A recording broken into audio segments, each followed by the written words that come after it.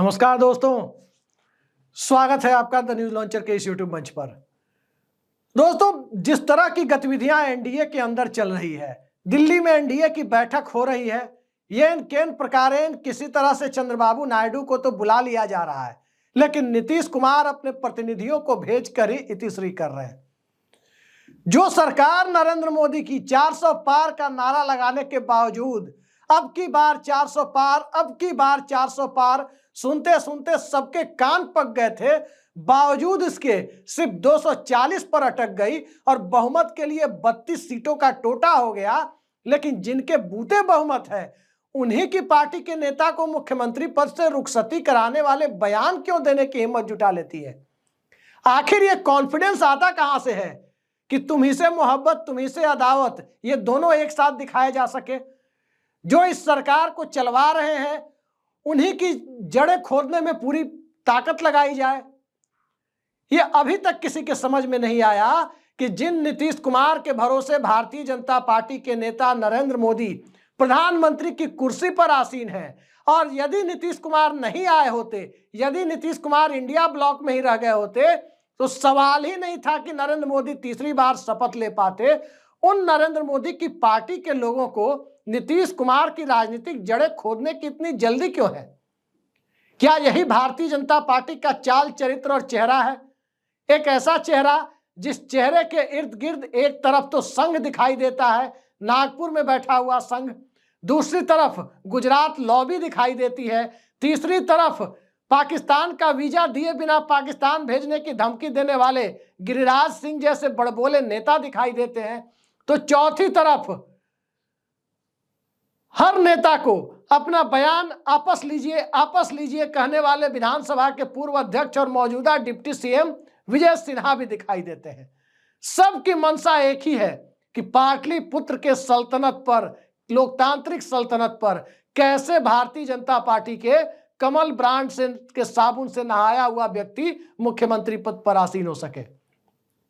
लेकिन यह कमल ब्रांड का साबुन बिहार के लोग लगाने के लिए तैयार हो तब तो, बिहार में कोई खेला करने की गुंजाइश बने तब तो। खेला करने के लिए भी भारतीय जनता पार्टी के पास 90, 95 या 100 विधायकों की जरूरत होगी, उसके बिना खेला नहीं होगा।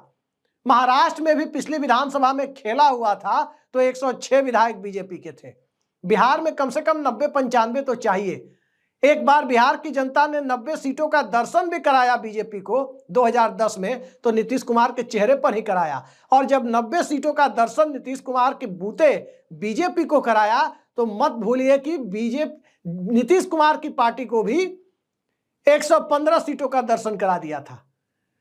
आज की तारीख में भारतीय जनता पार्टी के साथ नीतीश कुमार के रहने के चांसेस तो अब भले ही कम हो गए हों, लेकिन थोड़े देर के लिए मान लिया जाए कि नीतीश कुमार बीजेपी के साथ रह गए, तो बीजेपी को लड़ने के लिए भी 90, 95 से ज्यादा सीटें नहीं मिलेंगी।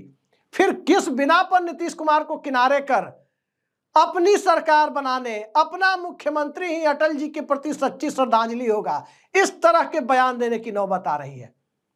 12 सांसद लोकसभा में जेडीयू के हैं। 12 सांसदों में से क्या वाकई फ्रेंड्स ऑफ बीजेपी की संख्या इतनी बढ़ा ली है कि लेजिटिमेट टूट, यानी वैधानिक ढंग से 2/3 टूट करा सके बीजेपी? कम से कम 8 सांसदों की जरूरत होगी। 8 सांसदों की संख्या का जुगाड़ क्या भारतीय जनता पार्टी ने कर लिया है? अब तक फ्रेंड्स ऑफ बीजेपी के रूप में जिन जेडीयू नेताओं को आमतौर पर चिन्हित किया जाता है, मैं नहीं जानता वो कौन है कौन नहीं है, लेकिन जिनको चिन्हित किया जाता है वो या तो विधान परिषद वाले हैं या फिर राज्यसभा वाले हैं। विधान परिषद वाले से न तो नीतीश कुमार की सरकार बननी बिगड़नी है, और राज्यसभा वालों से न तो नरेंद्र मोदी की सरकार बननी बिगड़नी है। जो कुछ भी होना है वो विधानसभा और लोकसभा के सदस्यों के बूते ही होना है। हमारी संवैधानिक व्यवस्था यही कहती है। लेकिन विधानसभा और लोकसभा वाले जिन्हें चुनाव जीतना है नीतीश कुमार के चेहरे पर, अब नीतीश कुमार लालू यादव के साथ रहे तो उनके वोट बैंक को जोड़ के जीतना है, नरेंद्र मोदी के साथ रहे तो उनके वोट बैंक को जोड़ के दिखना है। लेकिन नरेंद्र मोदी के वोट बैंक की लंका तो नीतीश कुमार पहले ही लगा चुके हैं। जाति जनगणना कराने के बाद हालत ये हो गई कि भारतीय जनता पार्टी का बेस वोट कौन सा है, किधर छिपा हुआ है, कैसे छिटका हुआ है, चुनावी हिंदुत्व के दायरे में कौन कौन से लोग आने के लिए तैयार हैं, ये पता ही नहीं चल रहा है। पहली चीज तो यह है कि बिहार में बीजेपी फेल क्यों होती है, जरा इस पर नजर डाली जाए। हिंदू मुसलमान की राजनीति दूसरी जगह चल जाती है, बिहार में ना कोई हिंदू होता है, ना कोई चुनावी हिंदू होता है, ना कोई चुनावी मुसलमान होता है। बिहार में होता क्या है वो सभी जानते हैं। बिहार में हर कोई किसी न किसी सामुदायिक और जातीय चेतना से बंधा होता है। चाहे लोगों के बीच आचार व्यवहार का तरीका देखें, बड़े सौहार्दपूर्ण माहौल में आमतौर पर आचार व्यवहार का तरीका होता है, और लोगों के लिए संबोधन का तरीका क्या होता है। अगर आप गुजरात जाएं तो आप देखते होंगे किस तरह की बातें होती हैं। नरेंद्र भाई, अमित भाई, यही होता है। बिहार जाएं तो संबोधन का तरीका क्या होता है, अरे मिश्रा जी, अरे पाठक जी, अरे पासवान जी, अरे खान साहब, अरे अंसारी जी, अरे यादव जी, अरे पटेल जी। ये संबोधन का तरीका है, और इस संबोधन के तरीके में जो फर्क है, उस फर्क को ना तो संघ मिटा सकता है, ना बंच ऑफ थॉट मिटा सकता है, ना भारतीय जनता पार्टी मिटा सकती है, ना चुनावी हिंदुत्व मिटा सकता है, ना बटेंगे तो कटेंगे का नारा मिटा सकता है, और ना ही एक है तो सेफ है कि एक चुनावी नैरेटिव खड़ा करने की कोशिशें बिहार की धरती पर कामयाब हो सकती है। बिहार वो जगह है जहां नरेंद्र मोदी की जाति भी लोग पता लगा लेते हैं। बिहार वो जगह है जहां पर सियासत के चाल चरित्र और चेहरे को पहचानने के लिए संघ को भी कहीं नीतीश नाम केवलम का जाप करना पड़ता है, तभी जाकर भारतीय जनता पार्टी को सत्ता सुख मिलता है। चाहे बीजेपी को सत्ता सुख कब मिला, कैलाशपति मिश्र वित्त मंत्री बने, कब बने, जनता पार्टी के दौर में। सुशील मोदी वित्त मंत्री बने, तारकिशोर प्रसाद वित्त मंत्री बने, सम्राट चौधरी वित्त मंत्री बने, कब बने, नीतीश कुमार के दौर में। सत्ता बैसाखियों के बूते ही बिहार में मिलनी है, और अब तो हालात और दुरू होते जा रहे हैं। किस रूप में दुरू हो रहे हैं? 18% अल्पसंख्यक मतदाताओं को भारतीय जनता पार्टी अपने पाले में लेने की कोशिश करती तो दिखती नहीं है।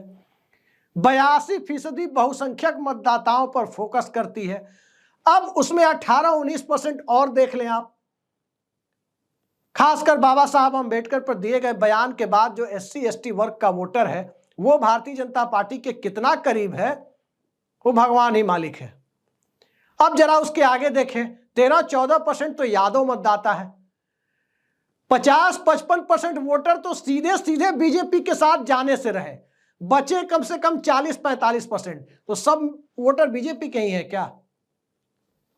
उसमें चिराग पासवान के भी वोट है, उसमें नीतीश कुमार के भी वोट है, उसमें उपेंद्र कुशवाहा के भी वोट है, उसमें जीतन राम मांझी के भी वोट है, उसमें मुकेश सहनी सन ऑफ मल्लाह कहे जाते हैं उनके वोट है, और पता नहीं किनके किनके कितने वोट है।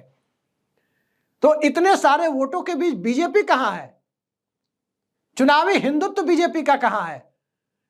ये सारी परिस्थितियों को जानते हुए भारतीय जनता पार्टी को बहुत देशज शब्दों में कहें, जो आमतौर पर भोजपुरी इलाके में इस्तेमाल होता है ज्यादा समझदार और होशियार लोगों के लिए, वो कहते हैं चतुर बौराई, यानी ज्यादा अक्ल का अंधा हो जाना। वो स्थिति तो बीजेपी की नहीं बन गई है। सियासत में किसी को डिस्टेबलाइज करने की कोशिशें तब होती है जब अपना ग्राउंड बहुत मजबूत हो। सांसदों की संख्या जिनकी नरेंद्र मोदी को जरूरत है, अगर वो सांसदों की संख्या नहीं जुटी, सारे सांसद नीतीश कुमार की पार्टी के नीतीश कुमार के साथ ही एनडीए से अलग हो गए। चंद्रबाबू नायडू ने भी हालात भांप लिए कि आज नीतीश कुमार को निशाने पर लिया जा रहा है, कल नवीन पटनायक को लिया गया था, परसों एकनाथ शिंदे को लिया गया था, अगला नंबर हमारा तो नहीं है, यानी नायडू का तो नहीं है। नीतीश नायडू छिटक गए तो दिल्ली में एनडीए सरकार की जगह इंडिया सरकार का लेबल लगने में देर नहीं लगेगी। लेकिन इसके बावजूद नीतीश कुमार के रिटायरमेंट प्लान पर बात करना, कोई भारत रत्न दे रहा है नवीन पटनायक के साथ नाम लेते हुए, कोई अपना सीएम बनाकर अटल जी को सच्ची श्रद्धांजलि देने की बात कर रहा है, और उधर टीवी कॉन्क्लेव में देश के गृह मंत्री अमित शाह बिहार का मुख्यमंत्री चुनाव के बाद कौन होगा उस पर गोलमोल जवाब दे रहे हैं। सारी परिस्थितियों को देखते हुए कहीं ना कहीं ये लगता है कि कोई ना कोई कॉन्फिडेंस तो भारतीय जनता पार्टी को जरूर है कि नीतीश कुमार के मामले में रिस्क लिया जा सकता है। लेकिन विधानसभा का जो अंकगणित है वो साफ दिखाई देता है कि नीतीश कुमार के लिए 1 मिनट का काम है बिहार में एनडीए को मुख्य विपक्ष में बिठा देना। करना क्या है? भाजपा कोटे के मंत्रियों को बर्खास्त कर देना है। बहुमत का जुगाड़ लेकर तो राष्ट्रीय जनता दल इंडिया गठबंधन पलक पावड़े बिछाकर खड़ा है।